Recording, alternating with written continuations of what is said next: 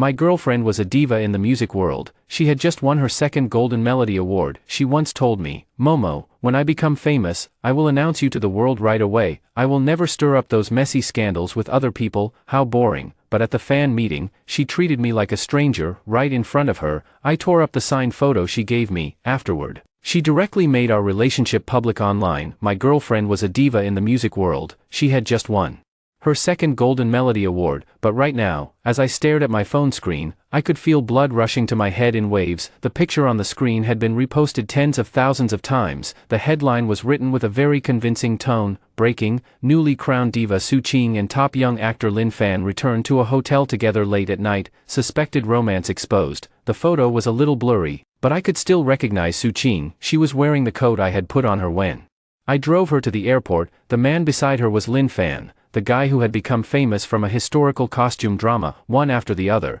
they walked through a grand-looking entrance. The paparazzi caption said it was one of the most expensive hotels in the city. Damn it, my fingers trembled as I opened my contacts and found the name I had set on speed dial, my Qing. She had changed that contact name herself many years ago while holding my phone. I had never changed it back. The call rang for a long time, then turned into a busy tone. No one answered. I called again, still no answer. The third time, it directly said, "The user you have dialed has powered off." Powered off. Su Qing never turned her phone off. She was afraid of missing any work call, afraid her parents might need her and not be able to reach her, and also afraid I might not be able to reach her. She had said that herself. Now, she had turned it off. My mind was a mess. Was that photo real, or had it been edited?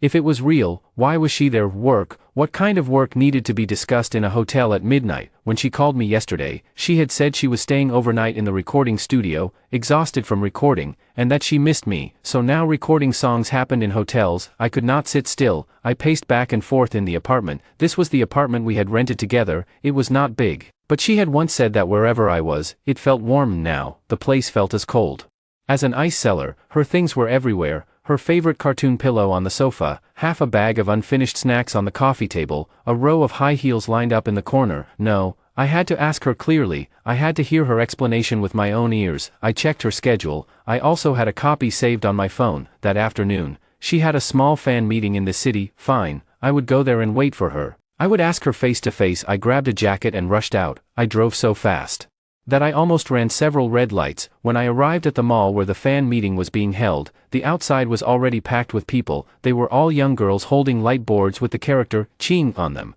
chattering excitedly, their faces glowing. Looking at them, I felt a heavy blockage in my chest. The Su Qing they saw was the sparkling superstar on stage. The Su Qing I knew was the girl who wore pajamas, curled up on the sofa with messy hair, and asked me to cook for her. I squeezed into the crowd. The smell was terrible, all kinds of perfume mixed with sweat. Someone shoved me. I pushed them away impatiently. The security guards at the front shouted loudly, telling people to line up. I was fairly tall, so I stood on tiptoe and looked ahead. I could only see one corner of the temporary stage in the distance. Two girls beside me were chatting, their sharp voices hurting my ears. "Hey, did you see the trending topic?" It said Qing and Lin Fan. It must be fake, just publicity, right? Isn't his new drama about to air? But the photo looked pretty clear. Come on, her studio hasn't responded. That means it must be fake. Our Qing would never fall for a pretty boy like that. Publicity, yes. In the past 5 years, that was the word I had heard most often. At first, when she sang a duet with a male singer and rumors spread, she came back, hugged my arm, and shook it as she said,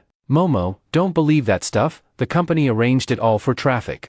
Later, when she was photographed eating with an actor from the same crew, she said, "The paparazzi made it up. We are just ordinary friends discussing the script." Every time, I believed her. I said, "It's fine, I understand. Wait until your career is stable." Stable? Wasn't she stable enough now? She had already won several trophies. How much more stable did she need to be? I lowered my head and looked at my wrist. There was a woven bracelet on it, old and faded. When she had first started entering talent competitions, she made it for me with leftover yarn. She had one just like it. She had said, "Momo, look, these are couple bracelets. When I become famous, we will wear them every day and show off our love." When she said that, her eyes were bright, as if they had stars inside. Now those stars might have fallen into some hotel room. The line moved forward bit by bit. After who knew how long, it was almost my turn. I could finally see the person on stage clearly. She sat there in a glittering dress, wearing heavy makeup. She was beautiful, yes, but she felt so far away from me. She smiled at the fans in front of her, a standardized smile that showed 8 teeth.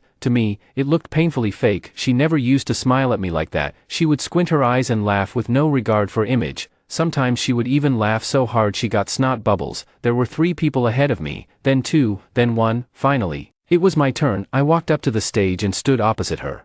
Across a table, she could see me clearly. The moment she raised her eyes and saw me, the smile on her face suddenly stiffened. A flash of something passed through her eyes. Panic, I was absolutely sure. It was panic, even though it lasted less than a second before she put that standard smile back on. I saw it. My heart kept sinking. All the way to the bottom, she looked at me. Her voice was sweet, but it carried a deliberate distance as she said, "Hello, fan, are you here for an autograph?" Those words were like a needle stabbing into my eardrums. Fan, autograph. I was your boyfriend, damn it, your boyfriend of 5 years, and now you were asking me if I was here for an autograph. I said nothing, I only stared at her. I wanted to find something else in her eyes, even a trace of guilt, even the slightest intention to explain, but there was none. She avoided my gaze, lowered her head, and picked up her pen. She casually took one of her promotional photos from the side and began to sign it. Her hand seemed a little unsteady as she signed.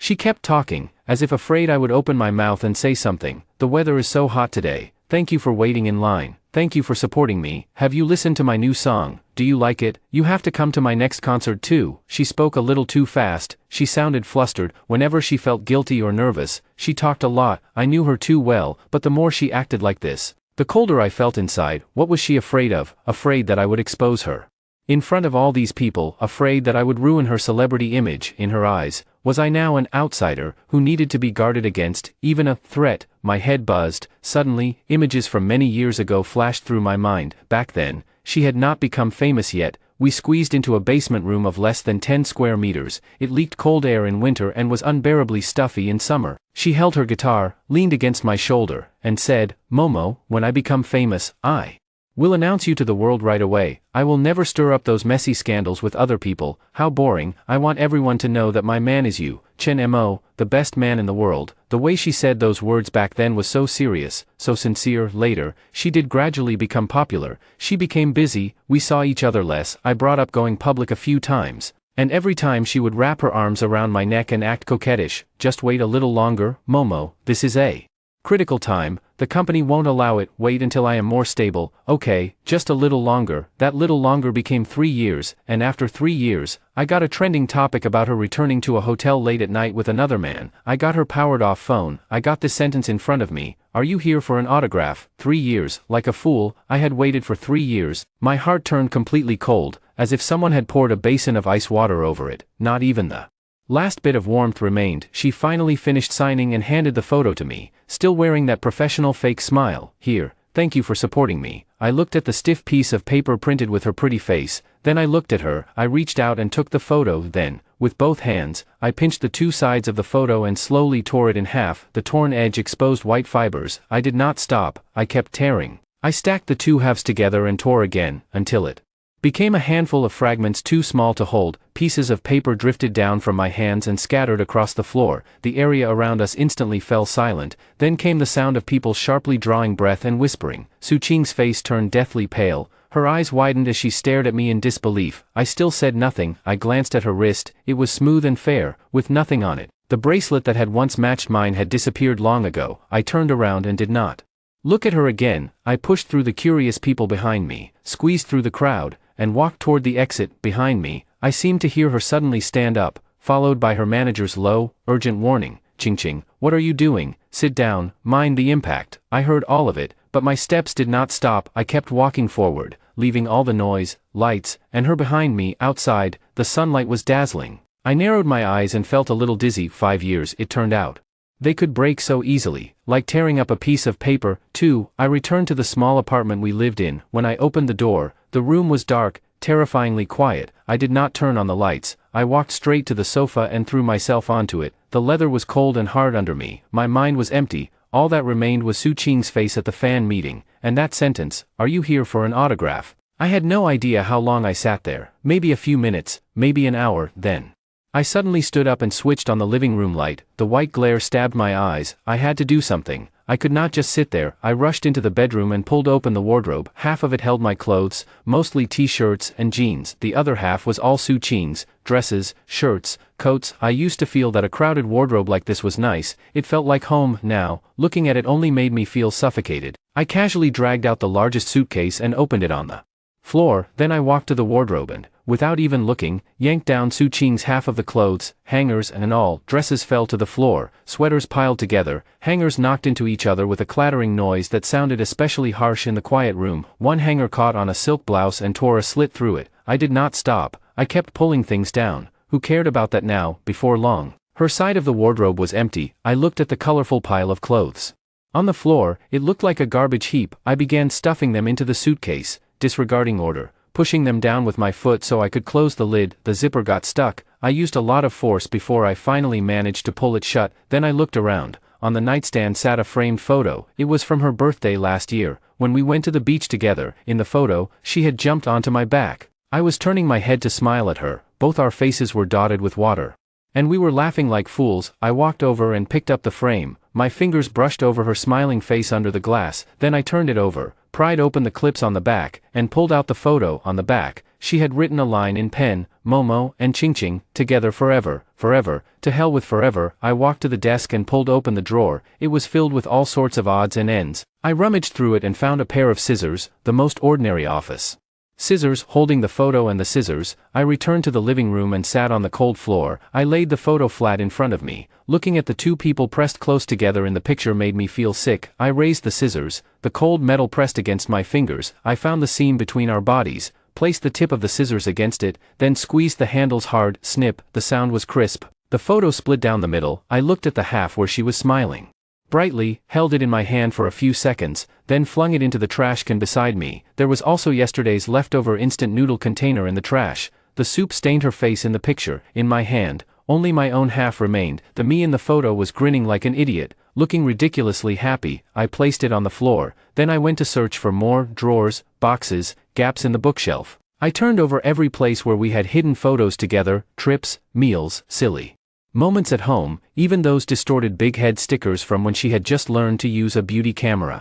One photo, two photos, 10, 20. I had not realized there were so many spread across the floor. They looked like a silent movie playing my foolish 5 years. Without saying a word, I picked up the scissors and began working. Snip, snip, snip. The sound rang steadily through the quiet room. Every photo was cut precisely along the invisible line between our bodies. Her parts all went into the trash. My parts slowly piled up beside my hand. The last one was the most recent. Last month, she had a rare day off. We cooked hot pot at home. We ate until sweat covered our foreheads, and she took a selfie with her phone. In the photo, she was holding a slice of beef and trying to feed it to me. I was frowning and dodging. It looked warm and sweet, didn't it? I stared at the photo. My hand trembled a little. It was not hesitation, it was anger. I was angry at her, and even more angry at myself. I took a deep breath, placed the blade between our heads in the photo, and cut down hard. Done. Everything was separated. I looked at the pile of her smiling faces in the trash, then at the pile of my foolish smiles beside me. Then I stood and went to the balcony. In the corner of the balcony was an old rusty iron basin. It had once been used for flowers.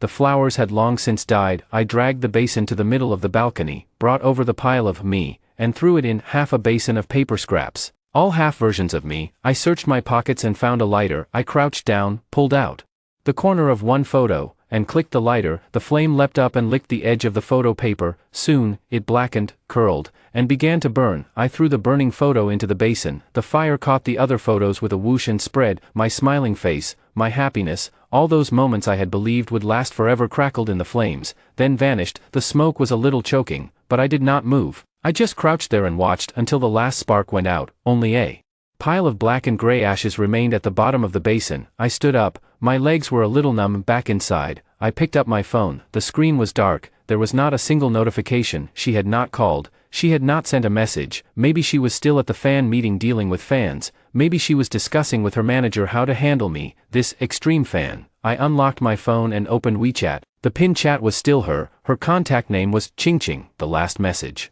was from me yesterday afternoon, asking what she wanted for dinner. She never replied. Maybe by then, she had already been busy recording songs. I opened her profile and went into chat settings. My finger hovered over the screen for a long time before finally stopping on the red option, delete contact. The app asked me, are you sure you want to delete contact Ching Ching? This will also delete the chat history. I stared at that line for a few seconds, then pressed confirm. The chat disappeared. One person was gone from my list, but I did not stop. I opened my contacts and found her number, select, delete, then Weibo. I unfollowed her, though I had not been one of her special follows for a long time anyway. I opened my photo album and selected every picture that contained her, select all, delete, then I emptied, recently deleted, too. After finishing all that, I threw my phone onto the sofa. It felt like I had completed a major cleaning, clearing away years of accumulated garbage.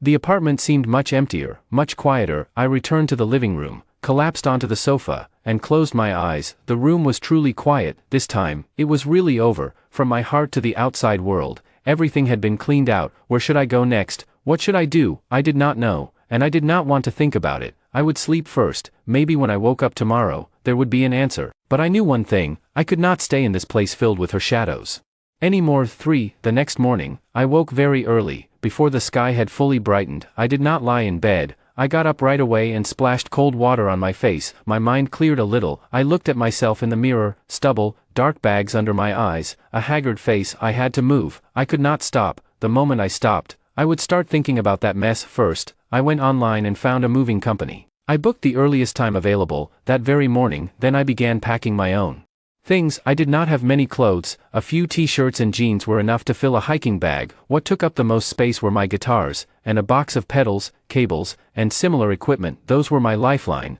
I had to take them wherever I went. The movers arrived and worked efficiently. In a few trips, they moved my things, mainly the guitar cases and effects boxes, into the truck. I asked the driver, "Sir, do you know any nearby cities where things are quiet, with a slower pace of life?" The driver was a middle-aged man. He looked at me through the rearview mirror, probably finding me strange. "Quiet, huh? Go south. There are some old towns down there. It's not peak tourist season yet, so there won't be many people." "All right, let's head south. Once we get there, help me keep an eye out for any small shops for rent." "A shop? You planning to start a business?" "Yes, a little bar." I said it. The idea seemed to have appeared out of nowhere, but somehow it also felt natural. I had to do something, or I would go crazy. The truck drove for several hours, leaving behind the big city of concrete and steel. The buildings outside the window became lower and lower, and even the sky seemed a little bluer. I leaned against the window. I was not sleepy, but I did not want to talk either. Around noon, the truck stopped near a small town. The driver said we could go in and look. The town seemed somewhat known, but it was not the biggest one, so it probably was not too commercialized. I got out with him. There was a river at the entrance of the town. The water was not exactly clear, but it flowed slowly. A bluestone road ran through it.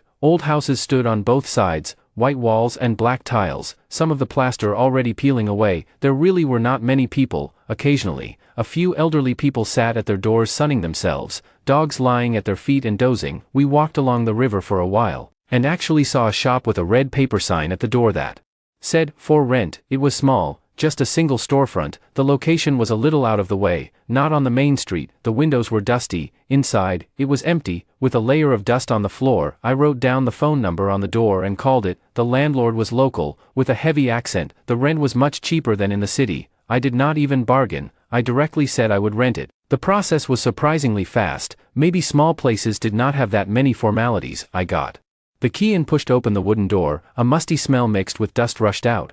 I coughed twice. The movers helped me move my things inside and placed them in the middle of the room. After they left, only I, the empty room, and my guitar cases remained. I stood in the center and looked around. The place was truly old. There were cobwebs in the corners, but I thought it was fine. All right, this was it. For the next few days, I was so busy my feet barely touched the ground. I had no time to think about anything else. I had to make this place look like something. First, I went to the only building materials market in town and bought the cheapest whitewash. I mixed it with water myself and used a long-handled roller to paint the walls. I had never done this work before. Some areas came out dark, some light. Lime water splashed all over me, and white flecks got in my hair, but I did not stop. If one coat did not work, I painted another, until the four walls looked roughly the same color. Then I went to the second-hand market to hunt for things. The tables and chairs needed to be sturdy. It did not matter if they were old. I found several thick wooden square tables, and a chair with a backrest. The seller said they had come from an old tea house that had replaced its furniture. They were cheap, so I took all of them. Then I found an electric tricycle, hauled them back myself, and set them up. The bar counter was more troublesome. I bought some wooden boards and nails, measured by eye,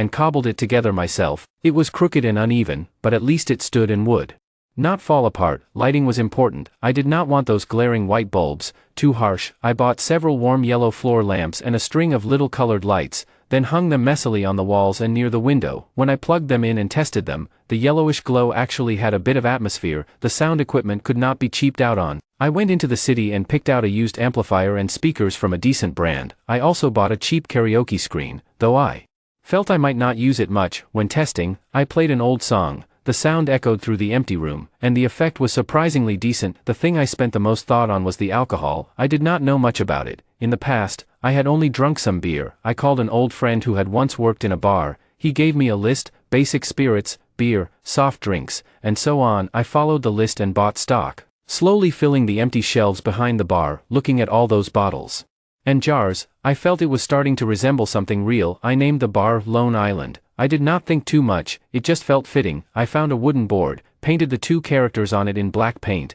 and hung it outside. The handwriting was not pretty, but it was big and noticeable enough. After more than half a month of work, the place finally had some shape. One night, I sat behind the bar counter I had nailed together and opened a bottle of beer. Only one small lamp was on. Its dim yellow circle covered just the small patch of space around me. Outside, it was very quiet. I could hear the river flowing and, now and then, a dog barking from some unknown house. I took out my most frequently used acoustic guitar and held it in my arms. My fingers pressed onto the strings. They felt a little rusty. It had been a long time since I had properly played guitar and sung. I used to play for her. Later, when she got busy, I lost the mood too. I casually strummed a few chords. The sound felt especially loud in the quiet bar. I cleared my throat and tried singing a line. My voice was a little dry, a little hoarse. No one was listening, only me. I could not even say what tune I was playing. I simply followed whatever I felt, wherever it led. Sometimes it was a few broken melodies, sometimes it was a fierce sweep of chords. As I played, the emptiness inside me seemed to ease a little, for, after the fan meeting ended, Su-ching was immediately surrounded by her manager and bodyguards, led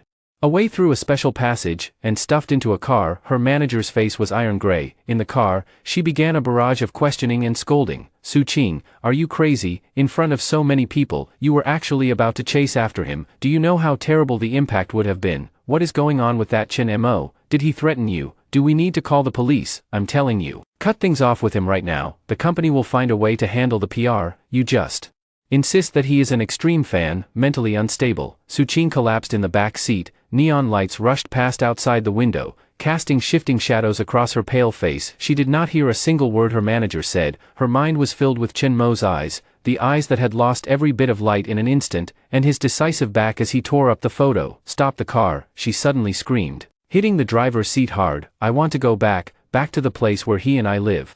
Her manager sharply stopped her. You cannot go back now. What if paparazzi are waiting there? You are going back to the hotel and staying there. The company needs a unified statement. I need to find him. I have to explain. Su-ching shouted almost hysterically, reaching for the door lock. Her manager was terrified and quickly told the driver to lock the doors, then forcibly pushed her back into her seat. Su-ching, calm down. Going back now will only make things worse. Do you want this to become completely uncontrollable? The intense argument and struggle lasted the whole ride. In the end, Su-ching was half forcibly taken back to the hotel suite the company had long-term booked. Her manager assigned an assistant to watch her around the clock, took away her personal phone, left only her work phone, and cut off her direct contact with the outside world. All night, she sat in meetings with the company's executives and PR team as they tried to patch together the story of an extreme fan causing trouble. She tried to resist, she tried to tell the truth, but her individual voice was pitifully weak before the massive interests of the team. She did not sleep all night. Her tears ran dry,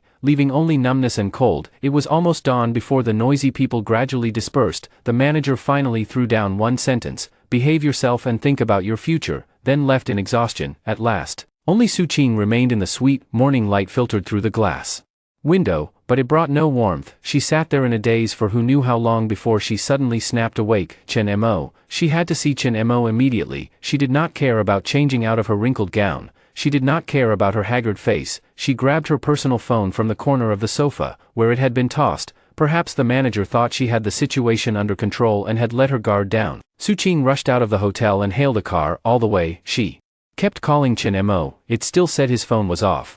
The terrible feeling in her heart grew heavier and heavier. When she finally arrived downstairs, she almost stumbled into the elevator and pressed the floor button. Every second the elevator rose felt as long as a century. The doors opened. She rushed to the familiar door and shakily used her fingerprint to unlock it. Fortunately, the lock still recognized her. With a soft beep, the door opened. Chen Mo. She shouted through tears and rushed inside. What greeted her was dead silence and a difficult to describe emptiness. Everything in the living room looked orderly at first glance, but she keenly sensed that something was missing. She rushed into the bedroom. The wardrobe doors were open. The half that belonged to Chen Mo was empty. Her clothes had been carelessly thrown on the floor. The photo frame on the nightstand, the one with their picture together, was gone. In the study, his beloved guitars and effects boxes had all vanished. He had really left. It was not angry talk. It was not temporary cooling off. He had packed up everything and left completely. Su Qing's legs went weak. She slid down the doorframe and sat on the floor. Huge despair and panic instantly swallowed her. She had come back too late, far too late. Lost and dazed,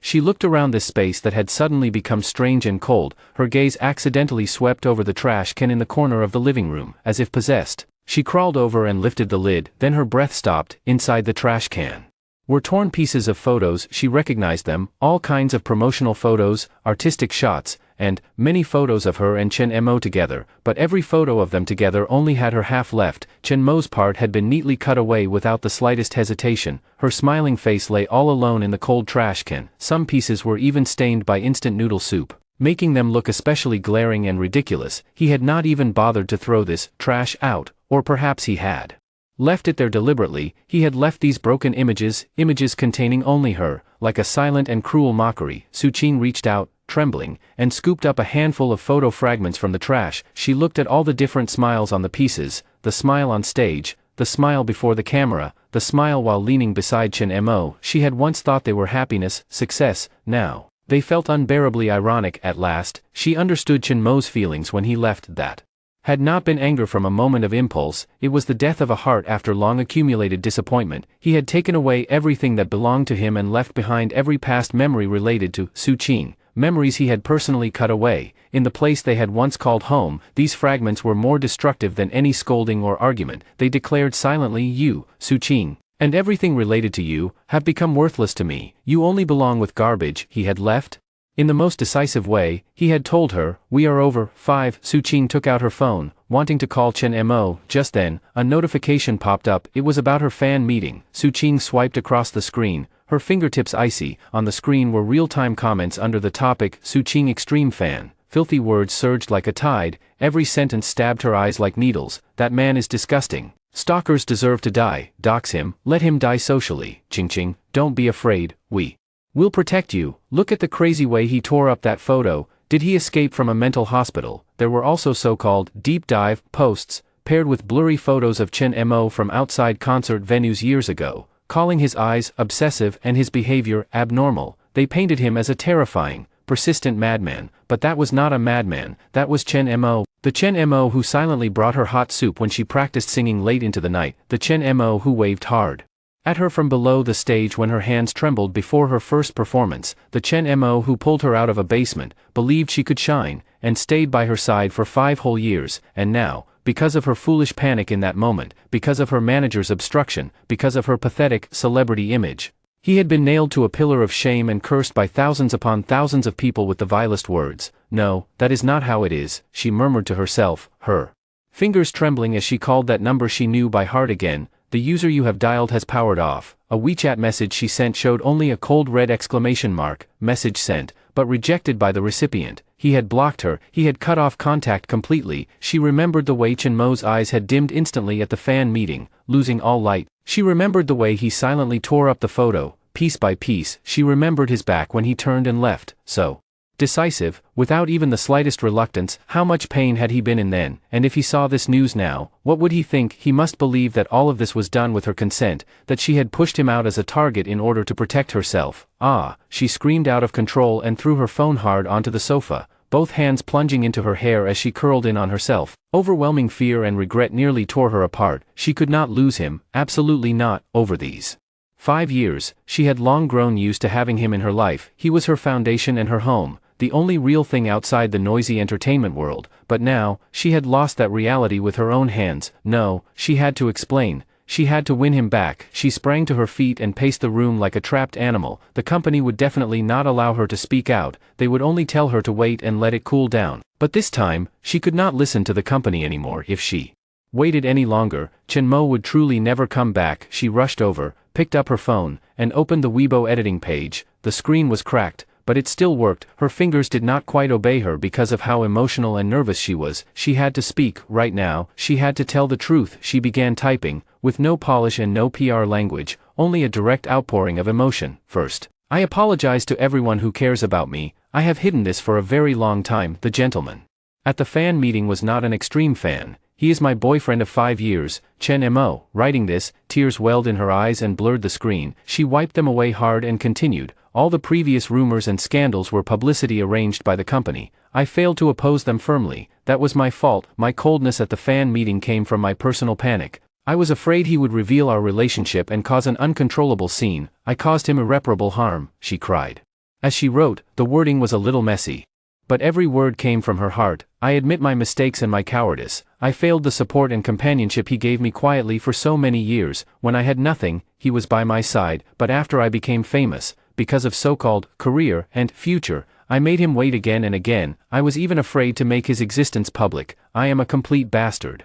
I hereby officially announce our relationship and will bear all consequences, direct all criticism at me. This has nothing to do with him. Chen Mo, I'm sorry. I am truly sorry. Please, answer my call, or give me even one message. Let me know whether you are okay. After finishing the last sentence, she almost closed her eyes as she pressed post. The instant the post went out, her phone felt like it exploded. Notifications and vibrations went wild, almost crashing the device. She did not look at any of them. She directly set her phone to silent and threw it aside. Now, she only cared about one thing. Would Chen Mo see it? What would his reaction be if he did? Would he forgive her? Time passed second by second. Every second felt as long as a century. The room was terrifyingly quiet, with only her hurried breathing and pounding heartbeat. Had he seen it? Was he still so angry that he simply did not want to respond? Or had he become completely disheartened and no longer cared about any of it? All kinds of frightening thoughts churned in her mind. She could not sit still. One moment she stood and walked to the window to look at the blurred traffic below. The next, she returned to the sofa, hugged her knees, and buried her face. Waiting became the cruelest punishment.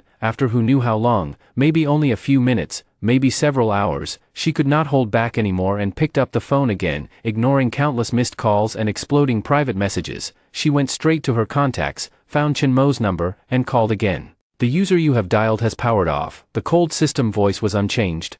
Unwilling to give up, she opened WeChat and tried to send another message, still the red exclamation mark. He gave no response at all. He doesn't want me anymore. Chen Mo really doesn't want me anymore. A massive sense of despair drowned her. She collapsed on the sofa. Tears surged out uncontrollably. Her silent crying turned into muffled sobbing, and finally into loud, broken weeping. She regretted it. She regretted agreeing to the publicity couples in the beginning. She regretted not having the courage to acknowledge him at the fan meeting. She regretted using "wait a little longer" to brush him off every time he mentioned going public during these 5 years. She had thought dreams were most important. She had thought that only by standing higher could she be worthy of their future, but now, the most important person in that future had been lost by her own hands. She cried so hard her whole body trembled. A churning nausea rose in her stomach. She rushed into the bathroom and retched over the toilet, but nothing came out. Looking at the woman in the mirror, eyes swollen red and face utterly wretched, she found herself ridiculous and pitiful. Diva Su Qing, star-studded glory. Now she looked like a poor wretch who had lost everything. No, she could not let it end like this. She had to find him.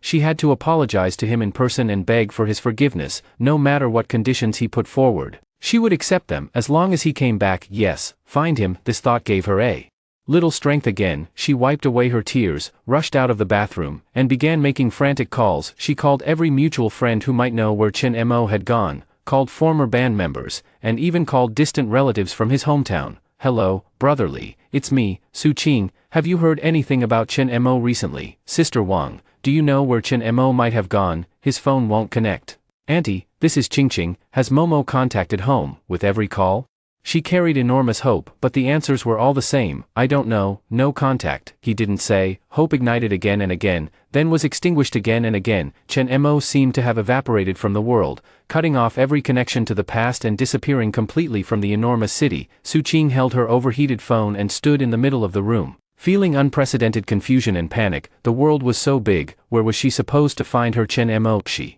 slid down to the floor, her back against the cold wall. The company must have been in chaos by now. She had already rejected more than a dozen calls from her manager, breach of contract, compensation, backlash from public opinion. Things that had once terrified her now felt weightless and unimportant. Only one thought filled her mind: find him at any cost, find Chen Mo. In the following days, Su-ching felt she was going insane. The storm of public opinion over her public relationship gradually calmed.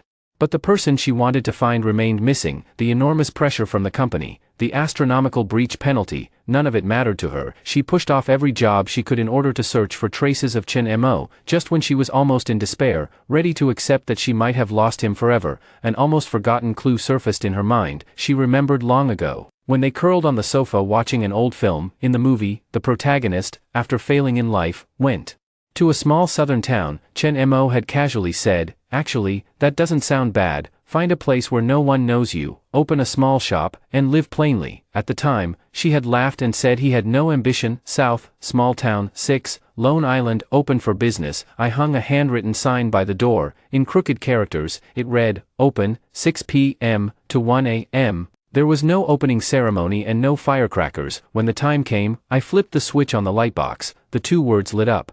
That counted as opening. For the first few days, no one came at all. The place was remote. I was a new face, and the townspeople were used to their usual places. No one was willing to turn into my little street. I was not anxious. If no one came, I stayed by myself. I wiped glasses, arranged bottles, or simply held my guitar, sat on the small stage, connected the pedals, and played alone. After about a week, a few scattered customers started coming in. They were mostly lost tourists or curious young people from town. "Boss, is this place new?" A young man in a floral shirt poked his head in and asked. "Yes," I nodded. "What do you have to drink?" "Beer, spirits, soft drinks. The menu is on the table." I pointed over there. He came in, sat down, ordered the cheapest beer, and looked around. "Your decor is pretty special." He probably wanted to say simple and shabby, but was too polite. "Good enough." I opened the bottle and handed it to him. He took a sip and asked, "Boss, are you alone here?" "No. Servers, just me." "Do you sing at night?" "I see a stage. Depends on my mood," I said. He gave an "oh" and stopped asking, lowering his head to play with his phone. After finishing 1 bottle, he paid and left. Later, I gradually gained a few familiar faces. They were all young people living nearby who liked that this place was quiet and cheap. Sometimes they would start coaxing me. "Boss, play something. Just sitting here is boring." When I was in a good mood, I would go up and sing 1 or 2 songs. I did not take requests. I sang whatever I felt like singing, mostly old songs no one knew, or simply melodies I hummed randomly myself. They did not mind, as long as there was background music. They kept chatting and playing dice. I thought days would continue like this, quiet and plain, like river water slowly flowing, until that night. There were not many people in the bar, only 2 tables. One table was a few regular young customers. The other table had 2 unfamiliar faces. They looked like they were from out of town. Their equipment seemed professional, and they had even set up a small camera on the table. I was looking down and wiping a glass when I heard the strangers chatting. Their voices were not loud, but a few words drifted into my ears. "Su-ching, fan meeting, that man." The hand I used to wipe the glass paused, but I did not lift my head. "Hey, you're following this too?" The companion across from him said. "It's part of the job. You have to look at everything." "Wasn't this pretty hot a few days ago?" they said. An extreme fan rushed up on stage and tore up her signed photo. "Oh, I have some impression." "What happened after that?" "After that, then it went quiet." Su-ching's side probably suppressed it, but some people dug up that the guy was not an ordinary fan. Apparently he had attended lots of concerts before, always sitting in the front row, shouting "I love you" loudly. Pretty crazy. My heart jolted. Front row, shouting "I love you." How many years ago was that? At her first concert, I had gone, and I had indeed shouted it, just that one time, and they could dig that up. Seriously. That's scary. That's what everyone online is saying. There are photos too, blurry ones. Looks like the same guy. I stopped listening. I turned and walked behind the bar, pretending to arrange bottles. My fingers felt a little cold. After closing that night, as if possessed, I opened the tablet I had not used in a long time. I connected to the internet and clicked the search box. My finger hovered over the screen for a while before I finally typed the words "Su-ching Extreme Fan." The page loaded with a pile of results. The headlines were more sensational than the last. Diva Su-ching harassed by extreme fan. Fan meeting scene loses control. Deep dive into the man harassing Su-ching. Suspected long-term stalking and insane behavior at concerts. protect our Qingqing, fans call to resist sayseeing fans. I clicked into a few and looked, the content was largely the same. It described how I had torn up the signed photo, complete with pictures. There was indeed a blurry photo from many years ago outside a concert venue, me holding a light stick. The comment section was even worse, it was all people cursing me, pervert, go die, stay away from our Qingqing, why hasn't this psycho been arrested, dox him, let's see what kind of trash he is. I scrolled through the comments one by one, I did not feel much. I only found it somewhat ridiculous. They knew nothing, yet they cursed with such enthusiasm. I also saw the so-called crazy screaming photo. Even I almost forgot which time it was. Back then, I had been truly happy for her. I opened my old social media account. I had not logged in for a long time. It showed tens of thousands of private messages and comments. I did not click them. I could guess what they were. I went straight to settings and deleted the account clean. After doing that, I threw the tablet aside and picked up my guitar. I did not turn on the speakers. I just played it unplugged. My fingers pressed down on the strings too hard, producing dull buzzing sounds. My mind was a mess. Those headlines, those insults, Su Qing's panicked face on stage, all tangled together. I strummed the strings forcefully, creating a harsh, discordant sound. Then I started to play. The rhythm was fast and had no real melody, just a chaotic venting. My fingers moved quickly along the fretboard. My arm ached from strumming. Only when I was covered in sweat did I finally stop. The bar returned to silence. The next night, not long after opening, those young regulars came again. As soon as they sat down, they began excitedly discussing something, their voices louder than usual. Damn, did you see the trending topic? Huge reversal. What happened? That Su Qing thing? She just posted a long statement. I was about to get their drinks. My hand paused on the refrigerator door. What did she say? Read it. A girl took out her phone and started reading. First, I apologize to everyone who cares about me. I have hidden this for a very long time. The gentleman at the fan meeting is my boyfriend of 5 years, Chen Mo. The bar instantly fell silent. The others all opened their mouths wide. 5 years, my God, a secret relationship. Then what? What else? The girl continued reading. All previous scandals were publicity arranged by the company. I failed the support and companionship he gave me for years. I hereby officially announce our relationship and will bear all consequences. After she finished, the group looked at each other without speaking. Is this real? She posted it herself. How could it be fake? Wow, this is massive gossip. So that man wasn't a pervert, he was the official boyfriend. He was cheated on and then cyberbullied. Looks like it. That's so miserable. Su Qing is pretty tough this time. She directly went against the company. They discussed it heatedly, occasionally exclaiming. I silently brought their drinks over without saying anything. Boss, did you see the news? The Su Qing thing? A boy asked me excitedly. Damn, it's so dramatic. Didn't see it, I said. My voice was a little hoarse. I turned and walked back to the bar. They were still sighing over it. So where is that guy now? His name is Chen Mo, right? Who knows, his heart is probably shattered. If it were me, I would lose my mind too. I leaned behind the bar and took out my phone. The screen was black. I did not open any news app. I knew what she had said from the chatter of those young people. I had already understood. She had gone public. She had admitted it. She had apologized. I raised my head and looked at the dim yellow lights in the bar. The young people were still sighing and discussing this twist-filled entertainment drama. I picked up a clean cloth and began slowly wiping a glass. I wiped it carefully, inside and out, leaving not a single fingerprint. When the glass was spotless, it reflected my blurred face. I placed it back on the rack and picked up another. Outside, the wind seemed to have picked up, rattling the wooden window slightly. Tonight's customers were probably all going to talk about this. This world was so noisy. 7. I was looking down and plucking the strings, my mind blank, randomly humming an improvised tune. The wind chime on the door rang. Out of habit, I looked up and said, "Welcome." My voice stuck in my throat. A person stood at the door, wearing a dark long coat, the hat pulled very low, and a large mask covering almost the entire face. But that figure, that outline I could recognize at a glance no matter how tightly wrapped up she was. It was Su Qing. She stood there without moving or speaking. Across half the bar,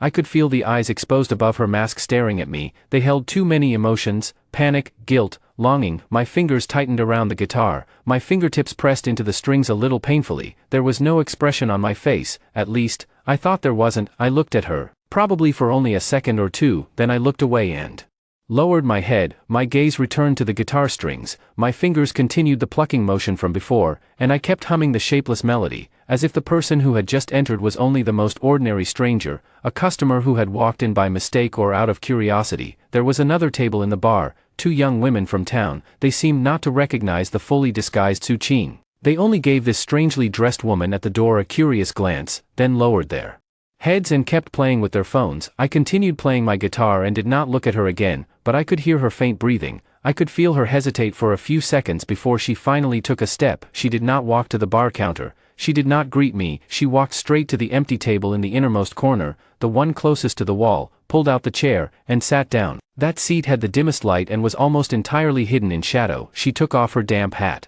and placed it on the table, but she kept the mask on. She lowered her head, both hands on her knees, fingers twisted together. I ignored her. I finished the improvised melody and stopped. The bar suddenly became much quieter. Only the low voices of the two girls at the other table and the faint sound of rain outside remained. I put down the guitar, picked up a dry cloth from the side, and began wiping the neck and body of the instrument, slowly, carefully. I had to find something to do, otherwise the silence was unbearable. After a while, I heard movement from her side. She seemed to raise her hand to call someone, but I was the only one here. I lifted my head and looked at her. The moment her gaze met mine, she quickly avoided it. Her finger nervously pointed at the drinks menu on the table. Her voice, muffled through the mask, was low. "Boss, I'd like to order." I put down the cloth, walked over, and stood beside her table, keeping an appropriate distance. I did not look at her. My gaze landed on the table in front of her as I asked, businesslike, "What would you like?" She looked at the menu, her finger unconsciously sliding over it, and did not speak for a long time. "Beer," and her voice was very small, uncertain. "Our specialty is homemade rice wine, low alcohol content," I recommended without emotion. "Okay, then, rice wine," she immediately said. "1 cup, I did not speak further. I turned back to the bar and took out a clean ceramic cup from under the counter. I ladled out a cup of cloudy rice wine and brought it to her, setting it on the table. 20, I said. She froze for a moment, as if she had not expected me to ask for payment right away. Then she hurriedly lowered her head, rummaged in the small bag she carried, pulled out a 100 yuan bill, and handed it to me. I took it and went to get change. Throughout the whole process, we had no eye contact. I placed the 80 yuan change on her table, then returned to my little stage and picked up the guitar. This time I did not improvise. I started singing an old folk song few people knew. The lyrics were about someone who left his hometown and could never go back. I sang. She sat motionless in the shadow. She did not touch the cup of rice wine. 7. I finished that old folk song. The last note slowly faded inside the bar. The two girls at the other table clapped and said, "Boss, you sing so well." I nodded at them without speaking and carefully put the guitar back on its stand. I could feel that gaze from the corner fixed on my back. I did not turn around. I went behind the bar, picked up a glass, and began wiping it slowly, out of the corner of my eye. I caught sight of that corner. She was still sitting there. What exactly did she want? Just sit there, wear me down? Sure enough, a few minutes later, she raised her hand again, still with that cautious posture. I put down the glass and cloth, walked over, and stopped 1 step away from her table. "Anything else?" My voice had no fluctuation. She raised her head, the eyes above the mask looked at me, filled with red veins. In a low voice, she asked, "Boss, can I request a song?" "What song?" I asked. "That one, the one you used to hum often, the one you wrote yourself, with the slower tune." She tried hard to describe it, her eyes carrying a faint hope, as if she hoped I would remember something through it. I knew exactly which song she meant. It was one I had written in that basement. The melody had been immature, but back then, she always said it sounded good. When she could not sleep, she would ask me to hum it for her. All that was ancient history. "I don't know it," I answered cleanly, leaving no room. The light in her eyes instantly dimmed, her lips moved under the mask, but no sound came out. "Anything else? If not, I am busy," I said, turning to leave. "Wait," she hurriedly called out, then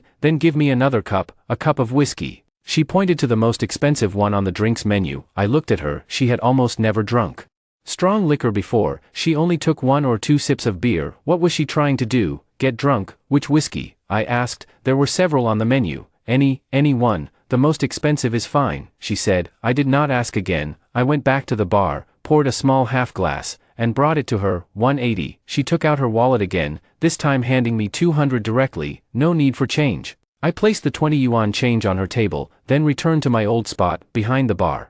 She did not even look at the 20. The bar fell quiet again. The two girls seemed to feel the atmosphere was strange. After whispering a few words, they paid and left. As they left, they glanced curiously at Su Qing in the corner. Now, only she and I remained. I could occasionally hear tiny sounds from her side, the base of the glass touching the table. She seemed to really be drinking that whiskey. I heard her give a light cough after choking on it, but she quickly suppressed it. I did not look at her. I lowered my head and played with my phone.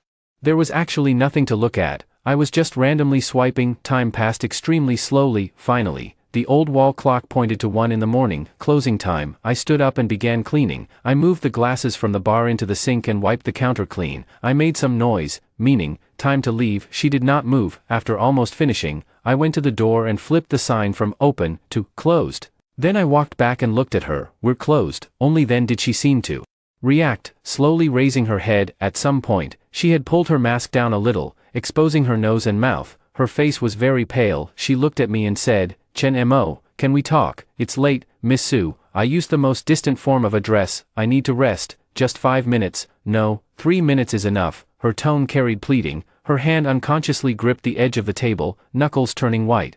"I know I was wrong. I really know I was wrong. Please give me a chance to explain." "There is nothing to explain," I interrupted her. My voice was not loud, but it was hard. "It's in the past." "It is not in the past, not for me." Her voice rose, carrying tears. "Do you know how I have lived during this period? I searched for you until I almost went insane. I went public. I fought with the company. I don't want anything anymore. I just wanted to find you and say sorry." "You already said it." I pointed at the air. "Online, everyone saw it. I received it. That's not the same. I want to say it to you in person." She stood up. Because she moved too quickly, her body swayed, and she had to hold the table to steady herself. "Chen Mo, trust me one more time, just once, okay? I promise, from now on I will listen to you in everything. We won't stay in this industry anymore. We'll leave here, we can go anywhere." I watched her start crying again and felt somewhat annoyed. These words sounded familiar, only, in the past, I had been the one saying, "Wait a little longer," to her. Now it was reversed. "Miss Su," I emphasized, "you are a public figure. Mind your image. It is inappropriate for you to be alone in my little bar so late. Please go back." Calling her Miss Su reminded her of her current identity and drew a clear line between us. She looked at me, tears falling even harder,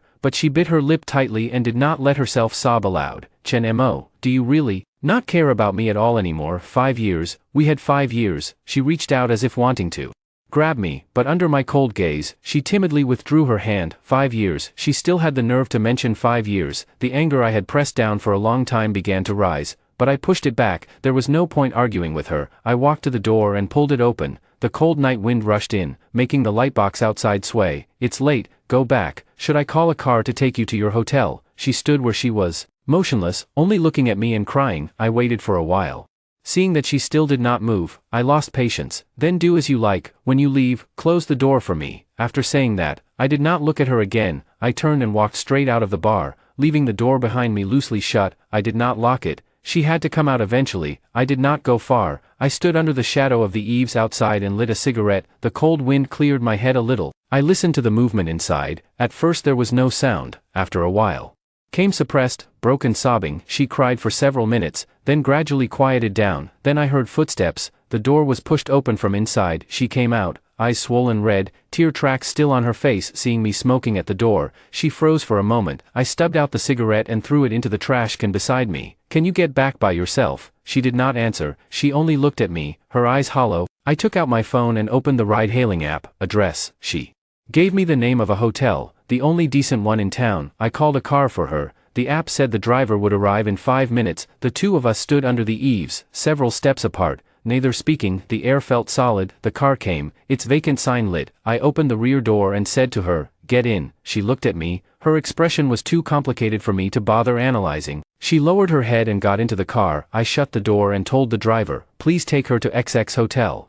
The car started, its taillights disappeared at the end of the narrow Old Town Street. I stood there and lit another cigarette. I could not describe what I felt, a little empty, a little tired, but mostly numb. After finishing the cigarette, I pushed open the bar door and walked inside. The room still held a faint trace of her perfume, mixed with the scent of whiskey. I walked over and poured her unfinished whiskey, together with that untouched cup of rice wine, into the sink. I cleaned up, turned off the lights, and went upstairs to sleep. Tomorrow, the sun would rise as usual, Lone Island would open as usual. As for everything else, whatever. 8. The next night, not long after I opened, she came again. She was still wrapped up tightly in the same style of clothing. Without saying a word, she walked straight to her old spot, the darkest corner, and sat down. This time, she did not wait for me to come over. She raised her hand herself, her voice not loud but clear. "Boss, 1 whiskey, same as yesterday." I did not respond. I turned, poured poured the drink, and brought it over. I put down the glass and gave the price, 180. She smoothly took out money and handed me 200, no need for change. I placed the 20 yuan change on the table and turned back to the bar. The whole process flowed so smoothly it seemed rehearsed. Good, saved unnecessary words. Regular customers gradually came in, all from town. When they saw the strange woman in the corner, they exchanged glances but did not ask. People drank, chatted, and played dice. The atmosphere was fairly lively. At one point, a regular called out, "Boss, sing one, liven things up." I raised my head and happened to meet the gaze from the corner. She immediately lowered her head and pretended to look at the table. I picked up my guitar and walked onto the small stage. I did not look in her direction. I said to the tables of regulars, "Fine, an old one." I sang a rather restless rock song, fast rhythm, loud voice, lifting the mood in the bar. The regulars clapped and hummed along. When I finished, everyone applauded and cheered. I put down the guitar and unconsciously glanced at the corner. She was still sitting there, head lowered. I could not see her expression. For some reason, annoyance rose in my chest. What was she doing? Playing the devoted lover? I ignored her and continued serving other customers. At closing time, the scene repeated. After cleaning up, I flipped the sign and said to her, "We're closed, Miss Sue." She stood up. This time, she did not cry and did not say much. She only looked at me directly and said, "Chen Mo, I just wanted to see you. Seeing that you are doing okay, I can feel a little relieved." I did not respond. She slowly walked to the door, pulled it open, then looked back at me once before leaving. As usual, I stood outside smoking while waiting for the car she had called. The night wind was a little cool, raising goosebumps on my arms. For the next few days, it was the same every day. She appeared on time, ordered the most expensive drink, sat through the night, and left at closing. She no longer tried to speak to me, no longer requested songs. She just sat there, and somehow, that made me feel unsettled. Even more annoying was that her daily presence was like a living reminder, constantly swaying before my eyes. Some broken memories I thought I had already burned clean began surfacing uncontrollably. Not those heartbreaking scenes, just trivial little things. For example, once, while I was wiping glasses and looking at the river outside the window, I suddenly remembered a night from many years ago, colder than the current one. We had no money then, the rented room had no heating, and in winter it was like an ice cellar. She came back from recording with her hands frozen red, like 2 carrots. As soon as she entered, she yelled, "Momo, Momo, hurry and warm them for me." I stuffed her hands under my sweater and pressed them against my stomach. They were so cold I sucked in a breath, but she giggled and called me her human hand warmer. Her smile back then had no impurity, her eyes curved, especially bright. Another time, when I was adjusting a guitar pedal and produced a slightly distorted tone, an image flashed through my mind. Before her first small concert, she was so nervous she kept pacing backstage. She grabbed my hand and asked, "Momo, what if I mess up? Will they laugh at me?" I said, "What are you afraid of? I have your back. Even if you sound like a traffic accident, to me you are still heavenly music." She burst out laughing and punched me, saying I was unserious. But she was clearly less nervous. These images used to be sweet when I remembered them. Now, they were like dull knives cutting flesh, not bleeding, but aching heavily, especially when compared to now. She sat in the corner like a stranger, a customer who had to pay to stay here. I told myself not to think about it. It was all in the past. The Su Qing who stuffed her hands into my arms, who laughed out loud because of one joke from me, no longer existed. The one here now was Diva Su Qing, the big star who could pretend not to know me in front of fans. Yet the place in my chest still felt blocked. That night, she came as usual, ordered her drink as usual, and sat down as usual. There were not many customers in the bar. It was fairly quiet, as if bewitched. I took out the acoustic guitar I had not touched in a long time. I connected it to the speaker, tuned it, then played a melody. It was only a few simple chords, somewhat sorrowful. I had written it a long time ago, but never finished it and never named it. It seemed to be the one I casually hummed in the basement when she had fallen asleep against my shoulder. I played very softly, almost talking to myself. Halfway through, I unconsciously lifted my eyes toward the corner. She was staring at me, her mask had been pulled down, and tears covered her face, silently falling. She seemed unaware that she was crying. She just looked at me, her gaze seeming to pass through me and look far away. My fingers stiffened, the melody broke, the bar instantly fell silent. She seemed to wake suddenly. She quickly lowered her head, she wiped away her tears in a panic with the back of her hand,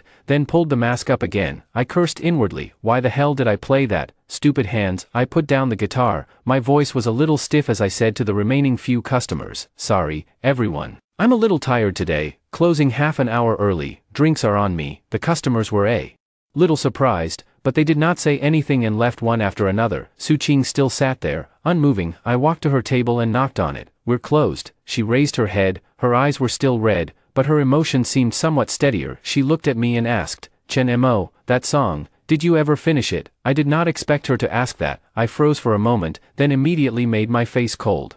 I don't remember, just something random. She opened her mouth as if wanting to say something, but in the end she only lowered her head and softly said, oh. She stood and walked toward the door as usual. When she pulled it open, she paused with her back to me and said, that song is very beautiful, it always has been. After that, she did not turn around. She walked out. I stood in the empty bar, feeling that nameless fire inside me burn even stronger. What did she mean by that? Was she really reminiscing? To hell with reminiscing. I walked to the sink and splashed cold water hard on my face. She could come sit here if she wanted. I had to guard my own heart. 5 years was long enough. It was time to turn the page. 9. After that, Suqing still came every day, without fail. That night, she did not order alcohol. When closing time was approaching, she was the only customer left in the bar. She carried a delicate-looking insulated bag and walked to the bar counter. I was lowering my head and checking the accounts, feeling a shadow fall over me. I looked up at her. She placed the insulated bag on the counter and pushed it in front of me. Her voice was a little tense, carrying forced lightness. Chen Mo, I made some food, sweet and sour ribs, the ones you used to like, and stir-fried Chinese broccoli. You drink a lot at night, it's bad for your stomach, eat something first. I looked at her and did not move. She could cook. Why hadn't I known that before? For 5 years, I had basically been the one cooking. When she was home alone, she either ordered takeout or ate out. The only thing she could make was instant noodles, and even then I had to help crack an egg. I've already eaten. I said it, then lowered my head and continued pressing the calculator. The expression on her face stiffened for a moment, but she did not give up. She pushed the insulated bag a little closer to me. Then, consider it a midnight snack. I learned for a long time. The taste should be okay. Learned for a long time. For me, I sneered inside. On my birthday in the past, I wanted her to make me a bowl of longevity noodles. She acted cute and said she did not know how. In the end, we still ordered takeout, and now she came to curry favor. I put down the calculator and looked at her. Suqing, just say it. What exactly do you want? You report to my little bar every day. Don't drink, don't talk, just sit here. Now you're bringing food. You may not be tired of it, but I am tired just watching. My blunt words stunned her. Her eyes immediately reddened, but she forced herself not to cry. I don't want anything. I just want to see you. I want to treat you better. Make it up to you. Make it up, I repeated, finding the word especially ridiculous. With what? This meal or that 180 yuan whiskey you order every day and eventually pour away? I know these are not enough, not nearly enough. Her voice carried tears. Chen Mo, I know I hurt you completely, but I really know I was wrong. This past month, I have regretted it every day. I announced our relationship, broke with the company, and paid so much money. I don't care about any of it. I only want to beg you to give me one more chance. Just one. Can we start over? Start over? I looked at her and asked each word clearly. How would we start? Pretend nothing ever happened. Go back to that basement from 5 years ago. You are still that unknown little singer, and I am still that poor musician. I can, she said urgently. I can stop being a diva. We can leave here and go somewhere no one knows us, just the two of us, living an ordinary life. I don't want anything anymore. I only want you. These words sounded so familiar. Only before, she had said, when I become famous. Now it had become, I don't want anything anymore. I shook my head. My heart did not ripple at all. Suqing, stop saying such childish things. Can you really let go of your bright road of stardom? Can you let go of being surrounded and admired? Even if you can, I am tired. I paused, looked into her eyes, and said very seriously, thank you for still remembering that I like sweet and sour ribs, and thank you for your companionship during this time, but truly, this ends here. I picked up the insulated bag and pushed it back into her hands. Take the food back and eat it yourself, or give it to someone else, and from now on, don't come again. Her tears finally fell, large drops smashing down. Chen Mo, are you really this cruel? 5 years of feelings, and you can just say you don't want them anymore. You won't give me even one chance. It is not that I don't want them, I interrupted, it is that you cannot afford them anymore, and I cannot give them anymore. Trust is something that, once shattered, stays shattered. It cannot be glued back together. When I see you, I think of the way you looked at me at the fan meeting. I think of how people online called me a pervert and a stalker. Do you really think we can go back? She had no answer. She only cried, looking at her tears. It was not that I felt nothing at all, but that small feeling was quickly buried under deeper exhaustion. There was no meaning in continuing this entanglement. I turned, walked behind the bar, and took an old USB drive from a locked drawer. The drive had been with me for many years. Its edges were worn pale. I walked back, placed the drive on the bar in front of her, and pushed it over. Take this. she looked at the drive, then at me. There was confusion in her eyes, and a faint weak hope. What is this? There are some things inside, I said calmly, some things the two of us wrote in the past, some finished, some only half done, and the complete version of the song you didn't finish hearing. Her eyes suddenly widened, she stared at me in disbelief, her hand trembled as if wanting to touch the drive, but she did not dare. It is no use to me anymore, I continued, my tone flat. Take it, throw it away, keep it, or, if you ever have the chance, find a reliable musician to help you turn it into a song. Do whatever you want, consider it a keepsake, a closure. For those 5 years, when I said closure, her body swayed, her face went pale. She understood what I meant. This was not a gift to reconcile, this was a goodbye, a complete severing. Chen Mo. She picked up that cold, tiny USB drive and clenched it in her palm until her knuckles turned white. Her tears flowed even harder. Do you have to do this? This is better for both of us, I said. You continue being your diva, I continue running my little bar. We owe each other nothing, we each walk our own road. She looked at me for a long time, as if trying to carve my appearance into her mind. Finally, she lowered her head, gripped the USB drive tightly, and spoke in a voice so low it was almost inaudible. Okay, I understand. She said nothing else and did not take the insulated bag. She turned and walked toward the door step by step. Her back was stiff, like a puppet whose strings had been cut. I watched her open the door, walk out, and gently close it behind her. The wind chime rang, then returned to silence. Only I remained in the bar, and the lonely insulated bag on the counter, filled with sweet and sour ribs and Chinese broccoli. I tasted a bite. It was delicious. I poured a glass of whiskey and drank it with the ribs, until an entire bottle had gone into my stomach. Then I washed the lunchbox clean, dried it, and placed it at the door. If she remembered tomorrow, she could come get it. If not,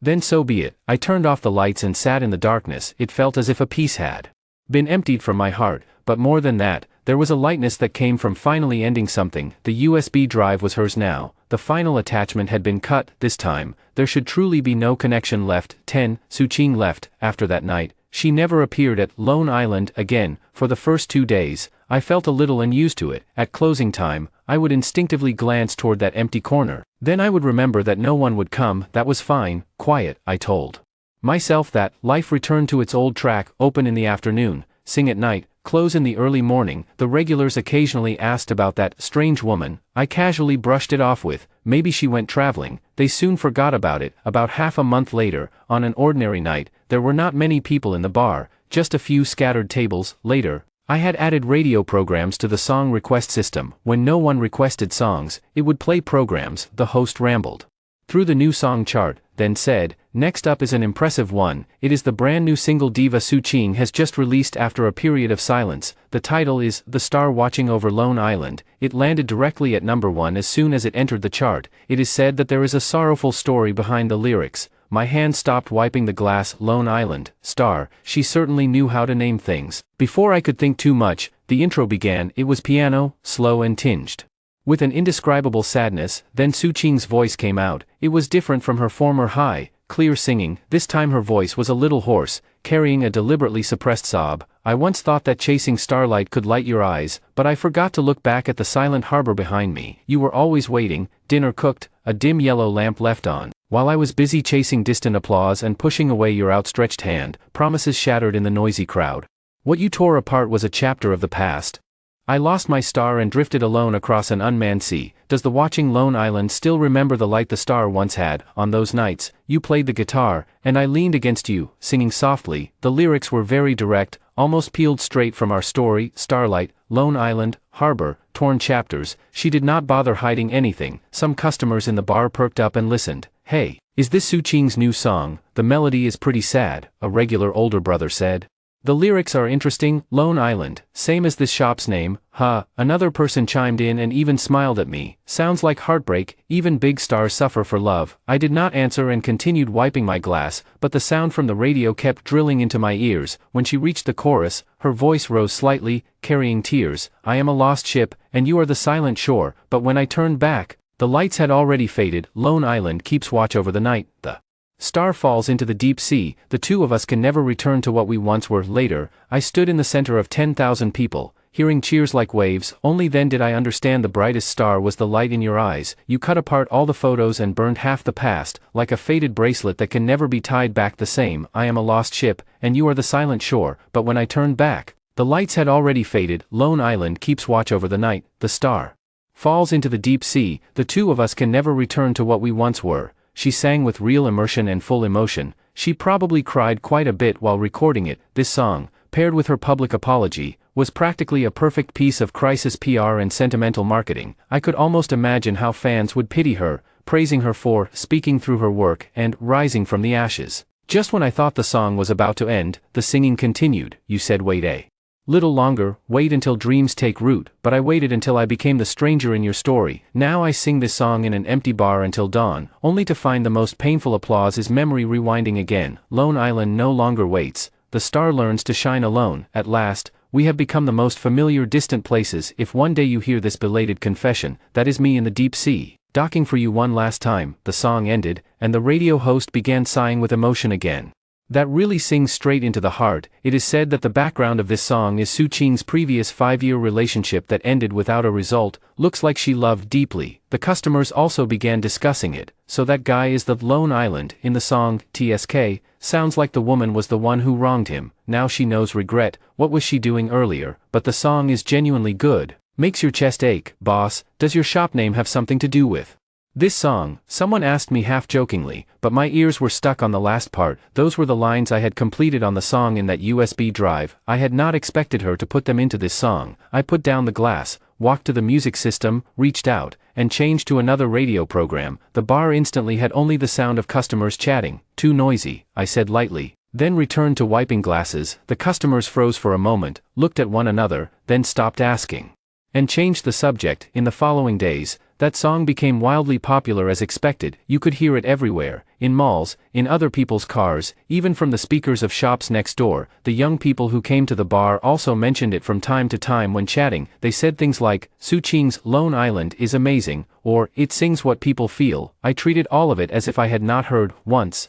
2 young women in the bar played the song out loud on their phone and even hummed along. I walked over, knocked on their table, and spoke in a low but cold voice, sorry, external music playback is forbidden in this shop. The girls were startled, quickly turned it off, and apologized repeatedly. It was not that I had a problem with the song itself, I had a problem with these endless reminders. What was Su Qing trying to tell me with this song? That she regretted it, that she was very sad. But to me, all of this came too late. No matter how well the song was written or how movingly she sang it, it could not change anything. Just like the lyrics said, we can never return to what we once were. If that was the case, then stop bringing it up. That night, business was average. I sat behind the bar, bored, pressing the TV remote and changing channels one by one. On some music channel, they happened to be playing the music video for The Star Watching Over Lone Island. In the video, Su Qing wore a white dress and stood somewhere that looked like a seaside. Her expression was sorrowful, and tears flowed in the wind. Her acting had improved quite a bit compared to the past. I was just about to change the channel when a voice sounded beside me. Boss,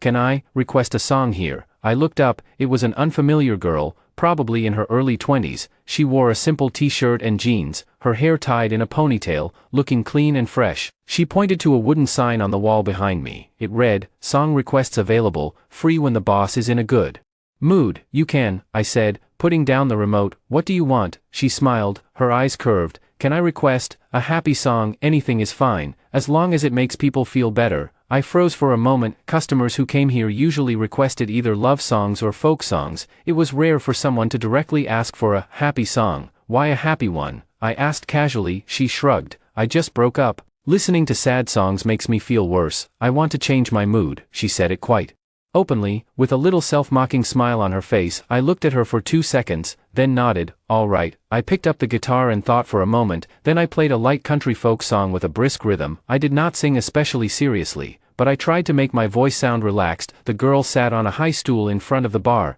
chin propped in her hand, listening quietly. When she heard some humorous lyrics, she laughed along. After the song ended, she clapped. That was really nice, thank you, boss. She did look a little better. You're welcome, I said. She paid for her drink and sat a little longer before leaving. I watched her back as she walked out the door. I did not feel anything special, however. My ears were quiet tonight. I did not hear The Star Watching Over Lone Island again. 11. Su Qing's song stayed popular for a while, then gradually calmed down. Once the freshness passed, people went on with their lives. No one kept hanging Lone Island and Star on their lips every day. That was good. My ears were finally quiet. My life completely returned to its proper track. Business at Lone Island was neither hot nor cold, but it was enough to keep going. There were more and more regular customers, some even became friends. When they came in, they did not need to order, I already knew what they drank. At night I played guitar and sang. When I was in a good mood, I sang a couple extra songs. When I was tired, I closed early. Life flowed calmly like the river in the old town, without many waves. The girl who had requested a happy song actually came back often after that. Her name was Lin Wei. She was an art college student who had come here during vacation to sketch from life. Her personality was completely different from Su Qing's. She was a bit carefree, talkative, and loved to laugh every time she came. She sat at the bar. She changed what she ordered each time, saying she wanted to taste every variety I had. Boss, what do you recommend today? Nothing bitter. She leaned on the edge of the bar, her eyes bright. Homemade plum wine, sweet. I handed her a small sample cup. She took a sip and narrowed her eyes.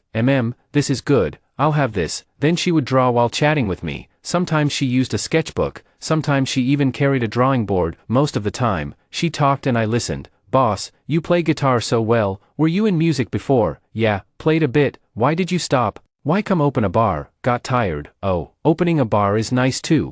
Quiet. She did not probe further. She went on talking about school, complaining about teachers, telling funny stories from her outdoor sketching trips. Unlike other customers, she did not ask about my past with curiosity or sympathy. She simply shared her own life. That kind of careless energy actually made people feel relaxed. Sometimes she would point at my guitar and ask, "Boss, can I request a song, a happy one?" I would play her those brisk old songs. She listened while tapping the beat with her foot, and even her brush strokes became lighter. After closing, if she had not finished drawing, she would stay a little longer. I did not rush her. I cleaned up on my own. Occasionally, she would look up and ask, "Boss, what do you think of this painting?" I would glance at it. To be honest, I did not understand those lines and color blocks, so I said, "It's okay." She would grin and continue drawing. After a while, some gossip around town reached my ears. They said I, the owner of this little bar, had hooked up with an art college girl. I did not take it seriously. Lin Wei cared even less and still came every day. Once we were familiar, she even dared to order me around. "Boss, move that lamp for me. The lighting is wrong." One night, several unfamiliar faces came in. They seemed to be from the neighboring town. They drank a bit too much, and their voices were so loud the other customers frowned. I went over and reminded them once. They restrained themselves a little, but before long, they were back to the same behavior. One of them, face flushed, staggered over to Lin Wei and stared at her drawing board. "Little sister, what are you drawing? Let big brother have a look." Lin Wei frowned and moved the drawing board aside. "Sorry, it's not convenient." The man refused to give up. He reached out toward the drawing board. "Oh, quite a temper." I put down the glass in my hand, walked out from behind the bar, and blocked myself between Lin Wei and that man. My voice was not loud, but it was cold. "Gentlemen, you've had enough. Time to settle the bill." The man glared at me. "Who the hell are you?" "I haven't had enough yet. I'm the owner," I said, looking at him. "Troublemakers are not welcome here. The drinks are on me. Please leave." The others also gathered around, their tone unfriendly. "What? You open a business and chase customers away?" Lin Wei stood up nervously, tugged lightly at my sleeve, and whispered, "Boss, forget it." I did not move. I looked at those men. The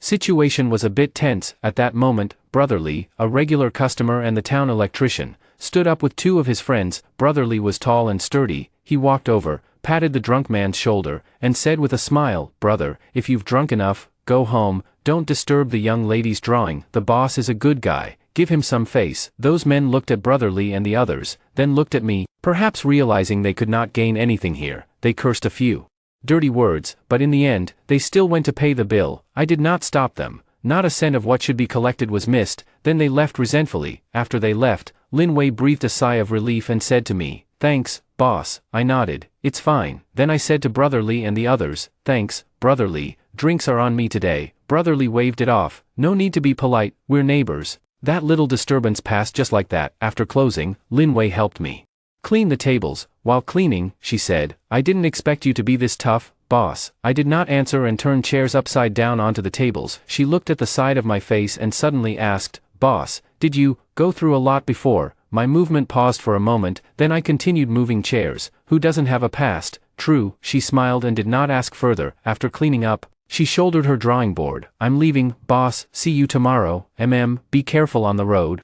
After she left, I locked the door and sat in the empty bar. What happened that day made me recall some earlier scenes, not with Su Qing, but even earlier, when When I sang at other venues and sometimes ran into drunk troublemakers, usually, the band members would all step in together. Sometimes we inevitably fought and ended up bruised and swollen. Now, like this, with people backing me up, resolving things calmly and peacefully. It felt not bad. Days passed one by one. Lin Wei's vacation was almost over. She said she had to return to school. The night before she left, she came as usual. She did not draw, only sat at the bar drinking. "Boss, I'm leaving tomorrow.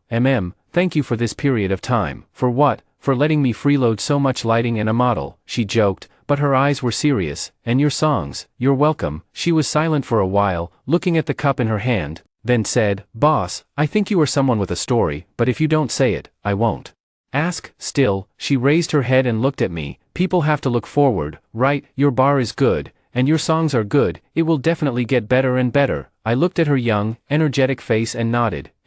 She smiled, drank the wine in her glass in one gulp, and put the cup down. "Then I'm going. If I ever come back to the old town, I will come drink here again." "All right." She walked to the door, waved at me, then pushed it open and left. The wind chime rang for a while. I looked at the swaying door. My heart very calm. Suchin came, then left. Lin Wei came, and also left. I was still in this little bar called Lone Island, opening and closing every day, playing guitar and singing, but it seemed something had quietly changed without my noticing. Perhaps the past really could become the past. About half a year later, one afternoon, the weather was good. I was moving several tables outside to scrub them in the sun. Auntie Wang, who ran the tea house next door, wandered over with a smartphone in her hand. "Little boss Chen, look, isn't this the big star my daughter likes?" She shoved the phone screen in front of me, her voice rather loud. "It's her, Suchin." "Then I should take a good look, later I can talk to my daughter about it." I lifted my head and glanced once. On the screen was a rather grand award ceremony. Suchin wore a floor-length gown and held a crystal-like trophy, speaking into the microphone. The caption at the bottom read, "Suchin wins Best Female Singer again for the star watching over Lone Island. Thanks fans for never leaving her." I continued moving tables. Honestly, I felt nothing. It was like seeing news about a stranger. "Oh, I know." And then I forgot how glorious she was now, how many awards she won. Had nothing to do with me. My life was the rag in my hand and the wooden tables in front of me that needed to be wiped clean. That night, there were quite a few people in the bar. Brotherly came with several friends, shouting for me to sing something to liven things up. I was in a decent mood, so I went up and sang an old, outdated rock song. The atmosphere became lively. Halfway through the song, the corner of my eye caught movement at the door. The wind chime rang. Someone had come in. I did not pay much attention and kept singing. Only after the song ended and I put down the guitar did I see Lin Wei standing at the door, carrying a huge drawing board bag. She looked travel-worn, but her eyes were bright as she looked at me, a smile on her face. The customers were clapping and cheering. No one noticed her. I walked over. "Vacation, She nodded hard, unloaded the drawing board bag, and set it by her feet. "I came straight here after getting off the long-distance bus. Boss, plum wine. I'm dying of thirst." I poured her a glass. She drank almost half in one breath before letting out a sigh. "Your place is still the most comfortable. How's school?" I asked casually. "Same as always, endless assignments every day." She curled her lip, then continued, "But this time, I won a small prize in a department competition." Her tone carried a little pride. "Not bad," I said. Then she began chattering about school, her paintings, her classmates. I wiped glasses while listening, occasionally giving an After talking for a long time, she suddenly stopped and looked at me. "Boss, am I annoying when I'm this noisy?" I looked up at her. "I'm used to it." She froze, then burst out laughing. "Good that you're used to it, then I'll keep bothering you from now on." After that, Lin Wei resumed her old vacation pattern and came often. Sometimes she drew, sometimes she just sat and chatted with me, or listened to other customers chat. She seemed curious about everything and could always find a topic. The regulars all became familiar with her and called her Little Painter. She was not shy and could chat with anyone for a few words. One day after closing, while helping me clean up, she suddenly said, "Boss, let me draw a portrait of you." I was sweeping the floor and did not lift my head. "Why draw me?" "Practice, your face has a story, it suits being a model," she said confidently. "No time," I refused. "It will only take a tiny bit of your time. When we're not closed, you can sit behind the bar and do whatever you normally do. I'll secretly draw. I absolutely won't disturb you." She clasped her hands together in a pleading gesture. I was too lazy to argue. "Do whatever you want." So for the next few days, she really often found a corner, held her sketchbook, chatted with me nonsense, and secretly drew me. I was too lazy to mind her. I wiped glasses when it was time to wipe glasses and calculated accounts when it was time to calculate accounts. After several days, she finally handed me the sketchbook as if presenting treasure. "Here, see if it looks like you." I took it and glanced at it. The paper held a charcoal sketch. The lines rather simple, but it captured the side profile of me lowering my head to wipe a glass. The expression looked a little cold, yet somehow not entirely unapproachable. "It's okay," I said, handing the sketchbook back. "Just okay." She was somewhat dissatisfied and snatched it back. "I think it's especially good, especially the eyes." I captured that feeling of having seen through all worldly things. Her description almost made me laugh, but I held it in. "Hurry and clean up, we're closing." "Got it." She grinned and put the sketchbook away. Time passed like this. Suqing's name and news still occasionally popped up from television, the internet, or customers' casual conversations. She had released another new song and changed styles. She had joined some variety show. She seemed to have a new rumored partner. Every time I heard it, my heart remained calm. She lived on her bright road of stardom. I guarded my small patch of land. One day, while drawing, Lin Wei asked me, "Boss, are you planning to keep running this bar forever? Have you ever thought about doing something else, like forming a band again?" I shook my head. "This is good." "That's true," she nodded. "Stable, but if one day you want to sing for more people, tell me. I know a few friends in indie music. I can help connect you." "Thanks, not for now." She did not persuade me further and changed the subject. "Boss, are you busy tomorrow morning?" A breakfast shop opened at the town entrance. I heard their tofu pudding is super tender. "Want to go try it together?" I thought for a moment. I really had nothing to do in the morning. "All right, then it's settled. I'll come call you tomorrow." She looked very happy, looking at her lively expression. I suddenly felt that life like this was truly pretty good. Let the past stay completely in the past. When a scar has scabbed over and no longer hurts, it becomes part of the body. There is no need to keep peeling it open. Suqing has her life, and I have my road. We each walk our own way and each live well. That is enough.